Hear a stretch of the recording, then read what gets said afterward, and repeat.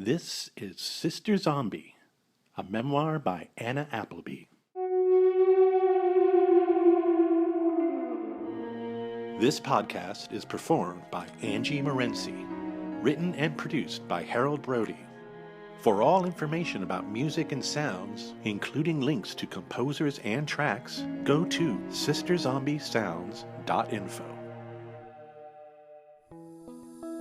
When we last left our story, Anna had brought the dead student Paolo back to life, then instructed Chloe on how to behave.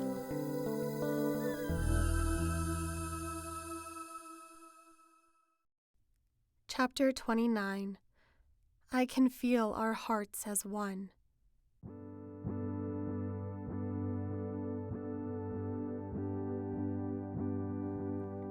We have come to yet another watershed in our tale, dear listener, and as I endeavor to impart to you a true story of suspense, intrigue, pathos, and sensitivity, I am challenged at times such as this to maintain the narrative as it has unraveled before, for events are about to transpire simultaneously from a multitude, and each is as imperative as the next to the core of our meaning.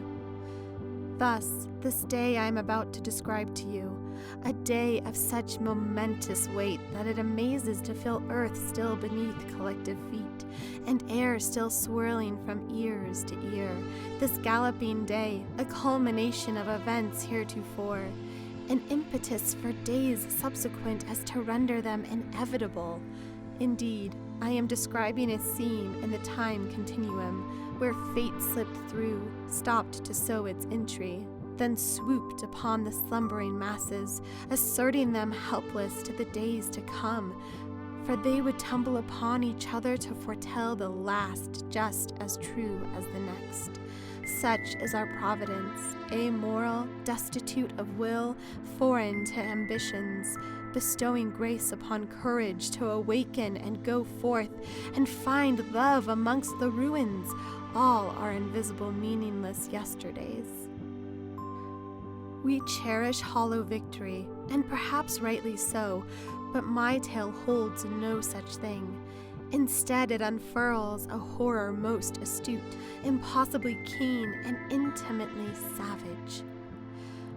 I can speak only for myself, and hope that you may share in it. For what is my tale if not cautionary? What are our lives if not exemplars? What is the universe if not a paradigm? Or at least it gives us comfort to vainly assign it so. Hence, in this day, I employ assistants in the telling, with voices you have heard before, but now of greatly different tones, for no one in the history of everything has ever experienced a day such as what is to be described in the words to follow. Carry on if you must, my listener, but be forewarned. Keep at your behest a soft space upon which to rest, for you may require to cast these words aside, briefly or otherwise, and seek precious respite, where you can assign the following events to an especially exacerbated imagination, a fancy of the damned, a trifle of the lost, an amusement of the doomed. This may all be well and true, but consider, fate hovers and watches and ceases to strike, impartial, anarchic, poised, nigh.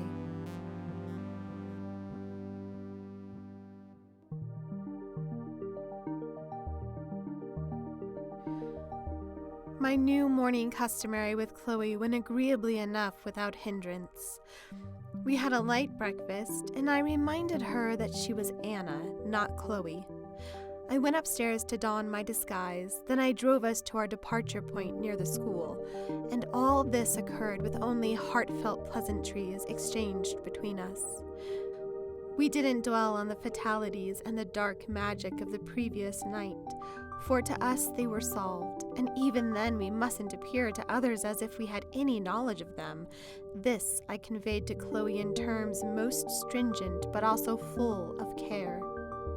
I believed that Chloe knew that I had her best interests at heart, that we were a team, bound by blood and now clandestine felony.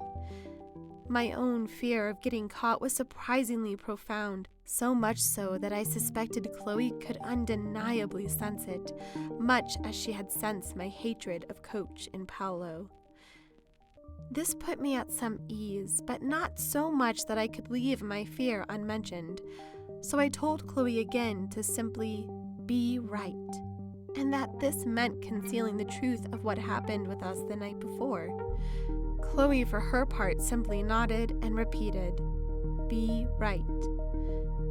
As I watched her walk off on her own toward the school, I took a calming breath and assured myself that her day would be uneventful, that more attention would be paid to the oddities of Coach and Paolo. God only knew how they would behave, and I intend this phrase to be literal. But instead of worry about this, I amused myself with it and found courage in that. Bracing myself with laughter, what a strange new sensation. As I left the school, I looked forward to carrying this epiphany into the daily routine of my new solitary domestic life. I could finally build my own Dickinsonian fortress.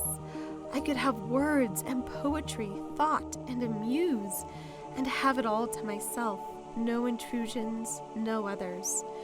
I could once again retreat into the civility of having no name, of being nobody except alive, alone in my transparent whole.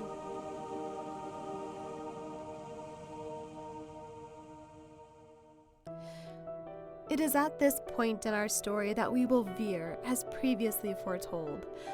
I will visit you again later in this chapter, but for now, Mr. Spellman will take reign of the narrative and tell of events taking place in my absence at school.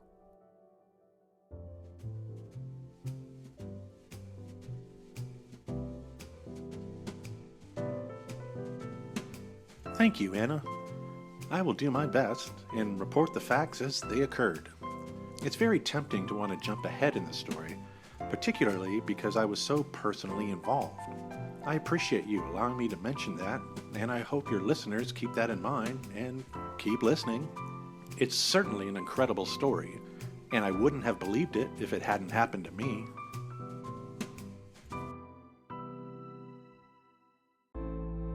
The morning began as usual.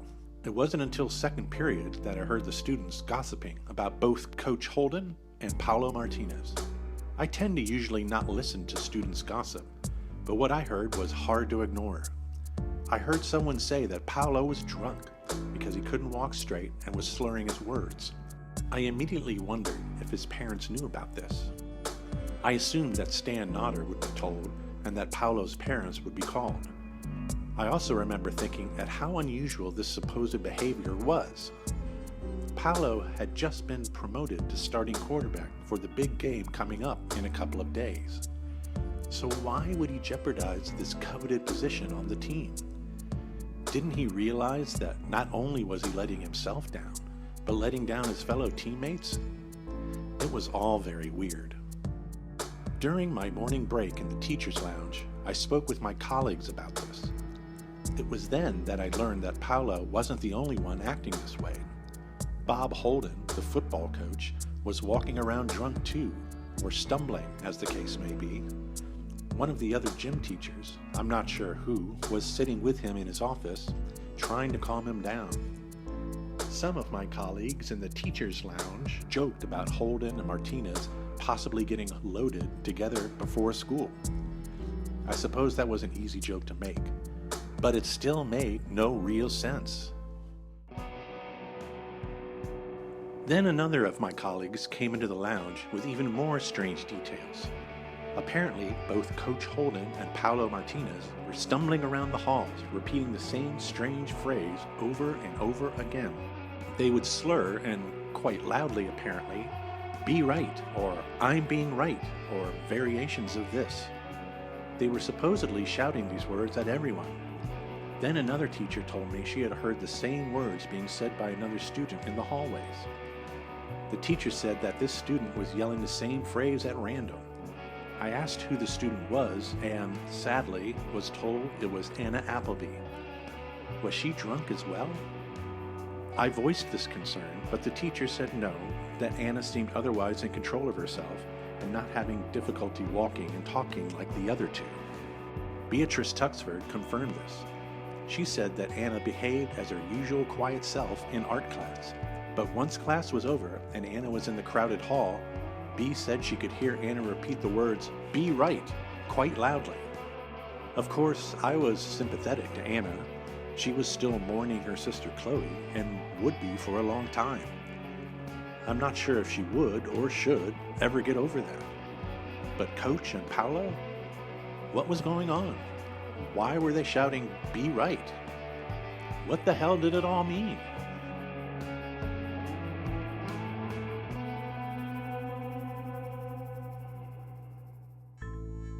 Thank you, Mr. Spellman, and we'll return to that parallel narrative soon. But allow me to interject as to what ensued in my experience during those same morning hours. Me being the real Anna Appleby, and your own Anna being, of course, my Chloe. Upon returning home from dropping Chloe at school, I immediately ventured again to the basement to tend to my mother. Doris's state had improved only but a little, if one could call feeble acquiescence an improvement. At least by then she had grown more accustomed to her imprisonment, and didn't rally against the ropes and the gag with the force she had displayed initially. I fed her canned beans in an aluminum foil pie tin. She slopped the goo voraciously into her gob as if she had never eaten before, but she had done this every time I fed her. I replenished her water bowl, then left her mid-meal, as that was the easiest time to leave when she was absorbed in food. I was a little concerned that she had yet to either urinate or defecate, and as much as the forthcoming task disgusted me, I resolved to show her later how to use the large bucket as a lavatory. I needed her to maintain at least an acceptable standard of health until the day came when she started to heal and maybe even approximate her former level of behavior. But that day seemed remote. Unlike Chloe, whom I'm sure had figured out how to use the bathroom, Doris was still feral, still stuck solid in the grip of madness with no indication that she would ever pull out. Death was still too close to her. Perhaps one day I could veer her from her death and onto the path of sociable conduct, perhaps death in another form. But I was in no haste to begin her education. Firstly, I needed to tend to mine.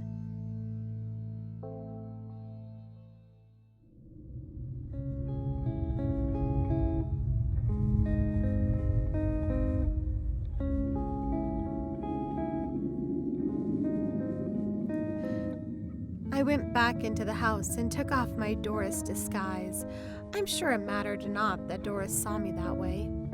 Though my camouflage was so stupidly prosaic, my mother, removing it was akin to removing any trace of identity I ever had, even if that identity was nobody.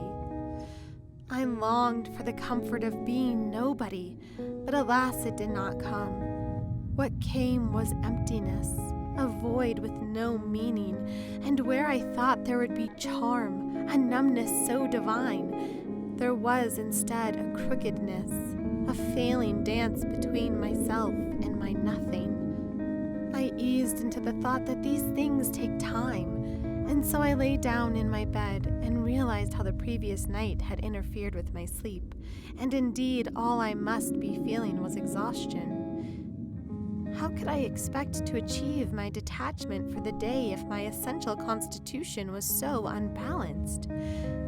So I slept, reaching unconsciousness rather quickly as I recall. I also remember that for once I did not dream. This was a relief. I cannot reminisce how long I was away. I bore myself sluggishly and tore at my fix, but my legs were no succor, my brow no retreat. I sunk into my gut, and my fever begun. I have come to resemble a wound, as if I was healed and whole in the womb, suspended in sublime equilibrium with myself, other, until the universal dust fills all the vacuum and soars, then decompose into smegma and lace, and soon the other will be so far away from me as to no longer be called a self, and all that will remain is my wound disembodied. I should never be called so lucky.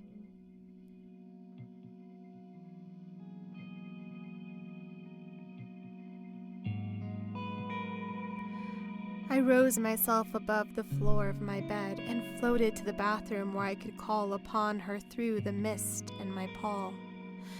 The water ran hot and vapors humidified my lungs. I disrobed and found myself in sadness. I looked down upon my body in shame.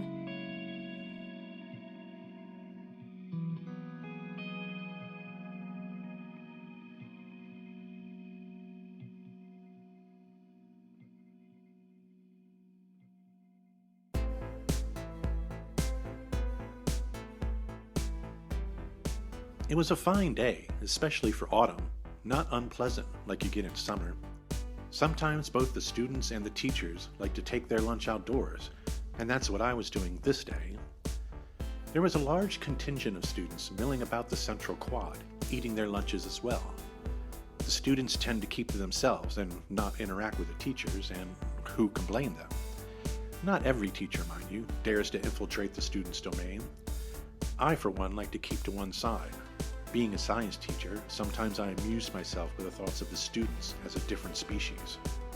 During that particular lunch hour, I remember a strange wind starting to blow about, almost too warm for the still air, which was colder.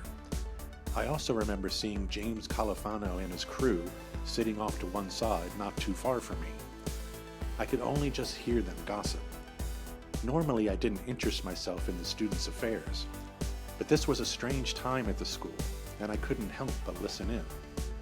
I'll try and be as accurate as I can in my recount. I heard James talking about Coach Holden. He said that the coach had approached him in the hallway, had sought him out. He said that the coach had told him to be right. This, of course, confirmed the stories I had heard earlier in the teacher's lounge. Then James went on to say that Coach Holden had reinstated him as the starting quarterback for the big game this weekend.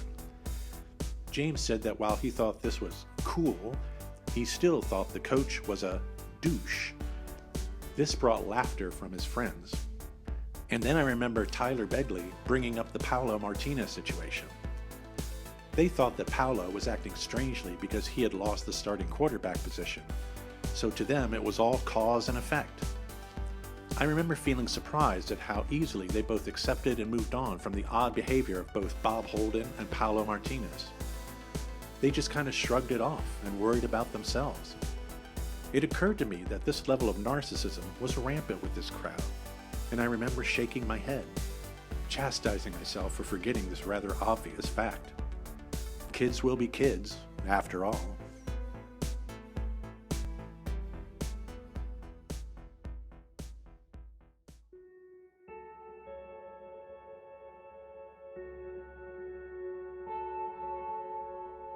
I sat on the porcelain, and its cold severity pleased me against the ever-growing steam.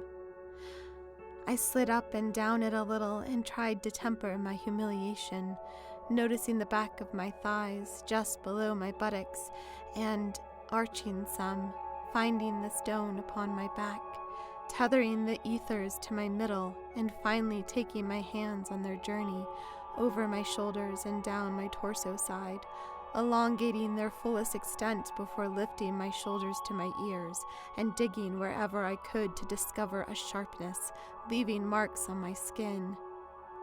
Soon I would rise.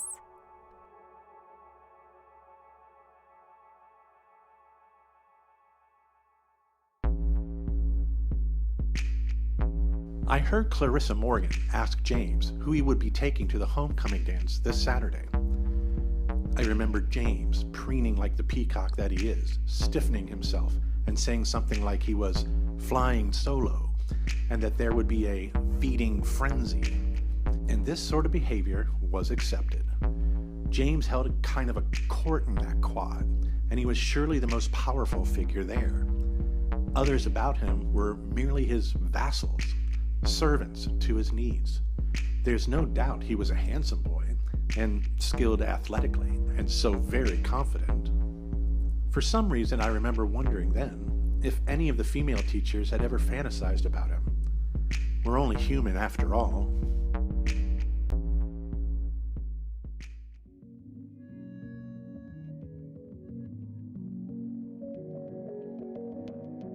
I ceased to float.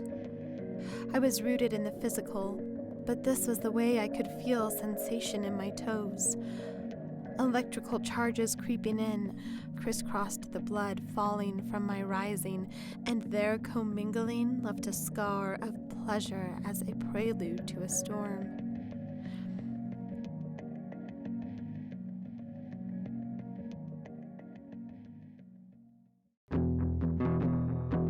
James seemed on a roll that day, the prototypical young alpha male. I remember thinking that it was inappropriate.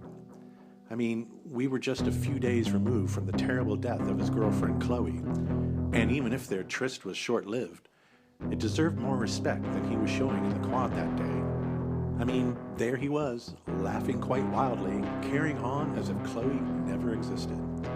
Where was that same boy who had showed such grief at Chloe's funeral? Where had his sensitivity gone? Again, I could put this all down to the quirks of youth, but maybe that would be letting him off too easily. We need to teach these kids, right? I need to teach these kids.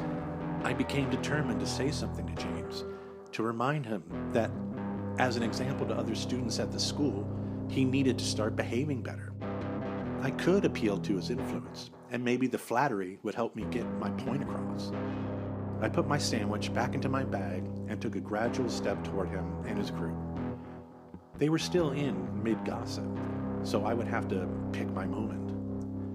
I remember James saying something like, "What's done is done," or was that just my memory playing tricks on me?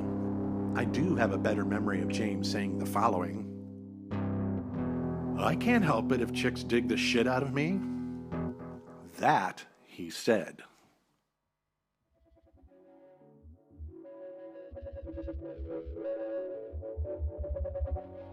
I burrowed myself against the life-giving fumes and felt their warmth accentuate my touch.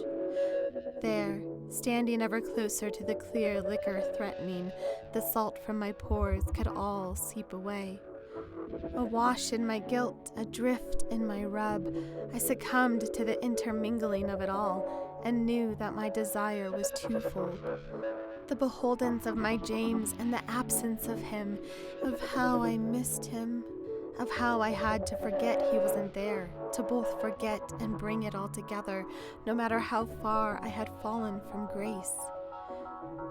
My eyes closed. I could see him there, James, in the school quad. It was lunch. The teachers hovered in sad corners, beaten by youth, and the students held sway, with James helming the ship. At his side was Tyler and Clarissa, all superfluous, for James rose above them like an ancient dream. He removes his shirt in Michelangelo glory, and I quiver at the knees, standing full under that stream, and he sees me. He sees all of me, and we alone in the gold of the lee reach for each other, and meld, and join, and enfold, and too soon the water betrays my rapture, and I scream.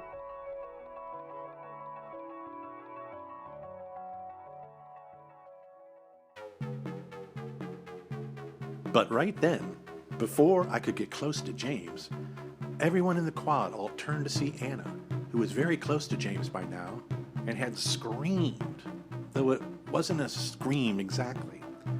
It was more of a loud moan, and everyone in the quad saw her quivering uncontrollably. She looked scared, but she also looked, how should I put this, like she was having an orgasm. To James, there was no doubt. She had indeed just climaxed. He laughed at her, the bastard. That was my cue to intervene, I thought. But before I could, something remarkable happened. I turned the shower off, dried, and got dressed as quickly as I could.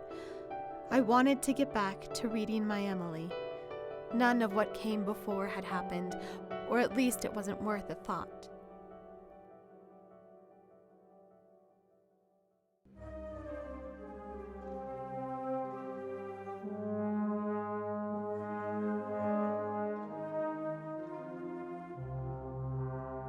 Hey guys, Chloe here. You know when you're a child and then you grow up and you try and remember things from your childhood and you can't until one day something happens to you and sometimes all these memories come flooding back? That's what happened to me when, for no reason at all, I came. I mean, like, mind-fucking orgasm came. In public. At school. Just standing there, looking at James. It was like, holy fuck. I had awakened from a sleep, but who was I? What was I doing there? Why the fuck was I coming? Then James looks at me like I'm some sort of freak, and I can't fucking blame him really, but I have this strange feeling like I'm not myself. Or at least I'm not in control of myself, and I don't feel like me. My skin is all different, and my hair is different, and even my voice feels different, even though I hadn't said anything, but Lord knows I was about to. For some reason, I can't stop staring at James. I mean, I'm standing like 3 feet from him, and I must have looked so shit. And James is like standing there too, staring right at me, except he starts to laugh at me because I must have looked so shit. And I just fucking came for no reason. And then James says this shit to me, and I know things are really fucked up. Hey, nobody! And if that isn't fucked up enough, I open my big stupid gob and I have no control over what I'm saying at all. Words just come spilling out of me like diarrhea. I love you, James Califano. And James is like, what the fuck, right? But I don't stop there. I hardly miss a beat and I just keep right on going. I love you, James Califano. I love your mind, your body, your soul. I love the way you have sex with me, and I love your athletic skills. Now remember, I'm practically yelling this into James's face, and he's only 3 feet away. But trust me, everyone in the quad is watching, and they can hear every word and then some. Even some teachers are there. I recognize Mr. Spellman. He's like the closest to me. And I even see that little runt Nodder walking toward us. But the funny thing is that I don't remember caring at all about what anybody thought. I mean, I don't really remember having any thoughts at all. Other than what the fuck was I screaming to everyone? Fuck. I must really love James. I actually remember having this pretty weird thought to myself. Well, about this time, I think James wants me to cut the shit because that's literally what he says to me. And he gets even closer, like he wants to whisper something to me, probably wanting me to shut the fuck up or something. And that's when things start to get really weird because I grab him. I grab big, strong, manly James, and he tries to get away from me, but he can't because I'm too strong for him. Me, Chloe. Huh. And what do? I grab him and kiss him, and he can't stop me. I mean, he tries to, but he can't. I'm too strong. Oh, sure, he turns his head away from me even as I try and slobber all over his face. But maybe even weirder than all this is that I don't remember feeling too pissed off about James not kissing me back. Though really, wasn't I supposed to be his girlfriend? Honestly, at the time, I wasn't sure. Well, needless to say, what Anna was doing with James was pretty shocking. First, she masturbates herself to a climax near him, and a very loud climax at that. Then she yells out her love for him in quite explicit terms. Then she kisses him against his will. Now, everyone knows that I have the utmost sympathy for Anna, given the effect the loss of her twin sister must have had upon her. So to me, what I was witnessing was her ultimate cry for help. I wanted to intercede, to help Anna, but before I could, Stan Nodder raced between myself and Anna. I suppose that as the principal, he felt he should be the first to assist. But knowing Stan as I do, I knew that he wasn't the man for the job. Anna needed sympathy, not the antagonism that she was sure to get from Stan Nodder. So I did something I thought I might regret later. I grabbed Stan by the arm and pushed him aside. I must admit, he looked pretty shocked by this.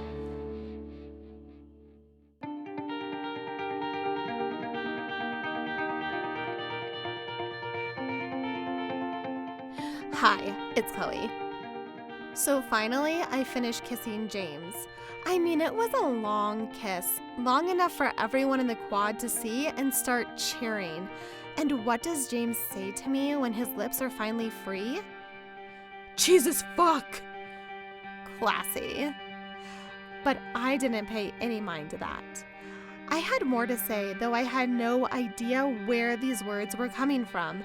It felt like someone had their hand up my ass and was making me talk. No, scream weird shit really loud. I love you, James Califano. Here was where James interrupted me. He had to scream really loud as well. Shut up, you sick fucking bitch!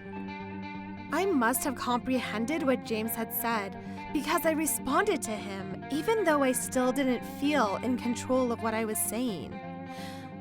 But I killed for you. It wasn't right. I killed him. And that was when, for some unknown damn reason, I pointed at Coach Holden, who was across the quad, watching like everyone else. What the hell did I mean? I killed Coach? He was alive and standing right there. But, of course, I wasn't finished, so I yelled some more. I killed him! It wasn't right, but I killed him for you! And this time, I was pointing at Paolo, who was standing and gawking nearby too. How did any of this make any sense at all? Well, by this time, James had enough, so he basically took off, and Tyler and Clarissa followed. And yes, I did think it was damn weird that these were my friends and they were treating me like I was some sort of freak. But I guess the main point was, how the hell did I get there? In the middle of the quad, coming and screaming and being so weird. I tried to remember where I was before, but I was drawing a blank. It was like I was having weird memory loss or something. What do they call that? Amnesia. Yeah. Fuck.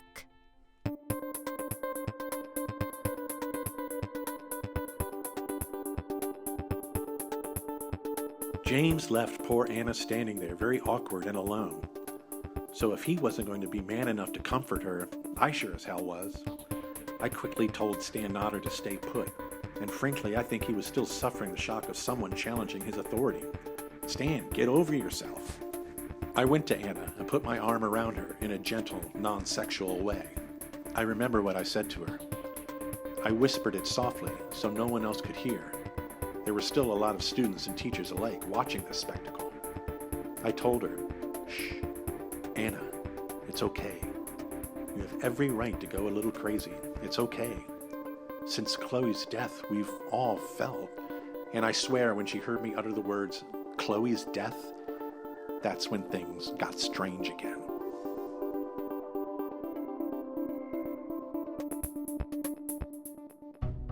OMG. It's Chloe. I remember Mr. Spellman trying to talk to me, but I don't remember exactly what he said, except for one part. Something about Chloe being dead. Then something hit me. It wasn't just Coach or Paolo that were dead. I was dead too. But how could this be? I was alive and standing there too, just like them. I didn't know what was going on exactly, but I did know that something was wrong with me. Something was very, very wrong. I shoved Mr. Spellman away from me, and he nearly fell over because I guess I shoved him pretty hard.